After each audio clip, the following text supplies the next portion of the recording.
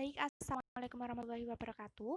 Perkenalkan, saya Devi Pamelasari dari mahasiswa jurusan Ilmu Kesehatan Masyarakat Universitas Negeri Semarang. Di sini saya ingin menjelaskan mengenai salah satu penyakit new emerging zoonosis yaitu COVID-19. Coronavirus adalah keluarga besar virus yang menyebabkan penyakit mulai dari gejala ringan sampai berat.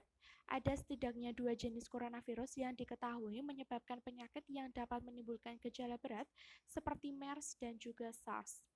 Coronavirus Disease 2019 atau biasa disebut dengan COVID-19 ini adalah penyakit jenis baru yang belum pernah diidentifikasi sebelumnya pada manusia.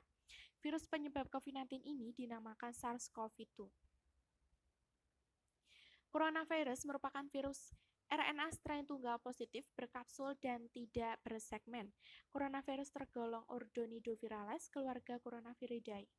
Coronaviridae dibagi dua subkeluarga dibedakan berdasarkan serotip dan karakteristik genom. Terdapat 4 genus yaitu alpha coronavirus, beta coronavirus, delta coronavirus, dan gamma coronavirus. Coronavirus memiliki kapsul serta partikel yang berbentuk bulat atau elips. Semua virus Ordonidovirales memiliki kapsul tidak bersegmen dan virus positif RNA serta memiliki genom RNA yang sangat panjang. Struktur coronavirus membentuk struktur seperti kubus dengan protein S berlokasi di permukaan virus. Kemudian bagaimanakah tanda dan gejala umum infeksi COVID-19 ini, yaitu antara lain gejala gangguan pernapasan akut seperti demam, batuk, dan sesak napas. Kemudian masa inkubasi rata-rata 5-6 hari dengan masa inkubasi terpanjang yaitu sampai 14 hari. Pada kasus COVID-19 yang berat dapat menyebabkan pneumonia, sindrom pernapasan akut, gagal ginjal, dan bahkan dapat menyebabkan kematian. Tanda-tanda dan gejala klinis yang dilaporkan pada sebagian besar kasus adalah demam, dengan beberapa kasus mengalami kesulitan bernapas dan hasil ronsen menunjukkan infiltrat pneumonia luas di kedua paru. Pada tanggal 31 Desember 2019, WHO China Country Office melaporkan kasus pneumonia yang tidak diketahui etiologinya di kota Wuhan, Provinsi Hubei, China. Pada tanggal 7 Januari 2020, China mengidentifikasi pneumonia yang tidak diketahui etiologinya tersebut sebagai jenis baru coronavirus.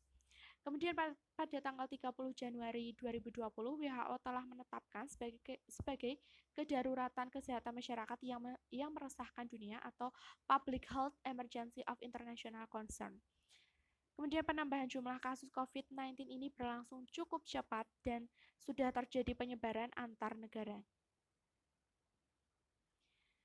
Berdasarkan bukti ilmiah, COVID-19 ini dapat menular dari manusia ke manusia melalui percikan batuk atau bersin, tidak melalui udara. Orang yang paling berisiko tertular penyakit ini adalah orang yang kontak erat dengan pasien COVID-19, termasuk yang merawat pasien COVID-19 ini seperti dokter dan juga perawat.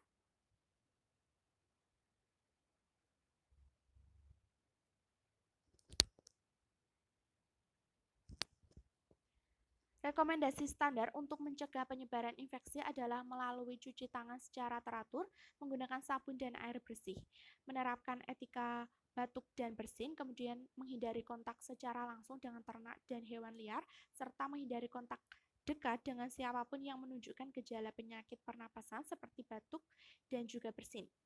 Selain itu, menerapkan pencegahan dan pengendalian infeksi atau PPI pada saat berada di fasilitas kesehatan terutama unit gawat darurat sangat penting untuk dilakukan.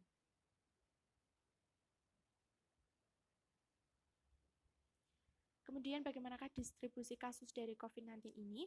Sampai dengan tanggal 25 Maret 2020 dilaporkan total kasus konfirmasi yaitu sebanyak 414.179 dengan 18.440 kematian, di mana kasus dilaporkan di 192 negara atau wilayah. Di antara kasus tersebut sudah ada beberapa petugas kesehatan yang dilaporkan terinfeksi.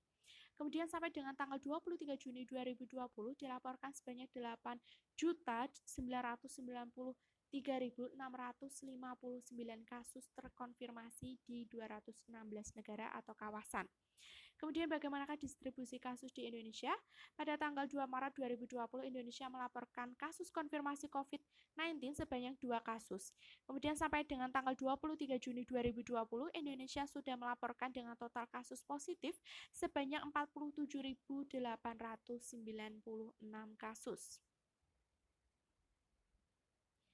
Baik, sangat penting untuk kita menjaga kesehatan dan juga menaati peraturan.